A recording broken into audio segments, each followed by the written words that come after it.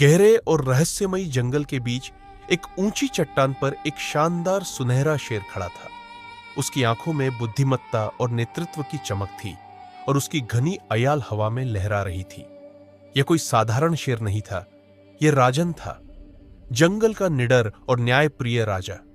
उसकी एक दहाड़ से पूरा जंगल कांप उठता था, लेकिन वह केवल ताकतवर ही नहीं बल्कि दयालु और न्यायप्रिय भी था। राजन का सबसे अच्छा दोस्त ध्रुव एक विशाल और समझदार हाथी था। ध्रुव जंगल के सबसे बुद्धिमान जीवों में से एक था और हमेशा राजन को सही सलाह देता था।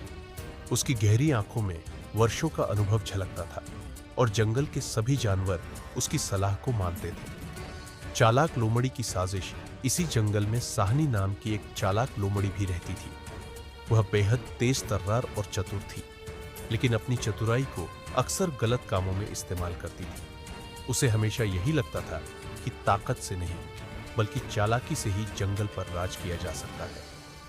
एक दिन साहनी ने एक धूर्त योजना बनाई।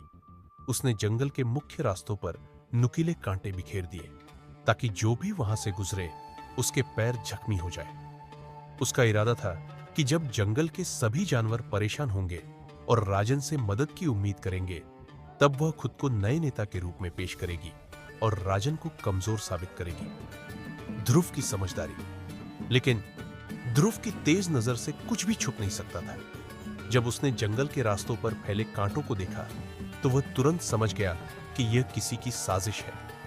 वह सीधा राजन के पास गया और उसे पूरी बात बताई। राजन ने बिना समय गंवाए जंगल के सभी जानवरों को इकट्ठा किया और अपनी गूंजती हुई दहाड़ से सभी को सतर्क कर दिया। साहनी की हार। जब साहनी की साजिश उजागर हुई तो वह डर गई। उसने माफी मांगी और कहा कि वह दोबारा ऐसा कभी नहीं करेगी। राजन ने उसे जंगल में रहने की इजाजत दे दी, लेकिन उसे कड़ी चेतावनी दी। अगर तुमने दोबारा कोई चाल चली तो तुम्हें हमेशा के लिए जंगल से निकाल दिया जाएगा। न्याय और सच्चाई की जीत। इस घटना के बाद जंगल में फिर से शांति और व्यवस्था लौट आई। सभी जानवर समझ गए कि सिर्फ ताकत से नहीं बल्कि समझदारी और ईमानदारी से ही सही नेतृत्व किया जाता है।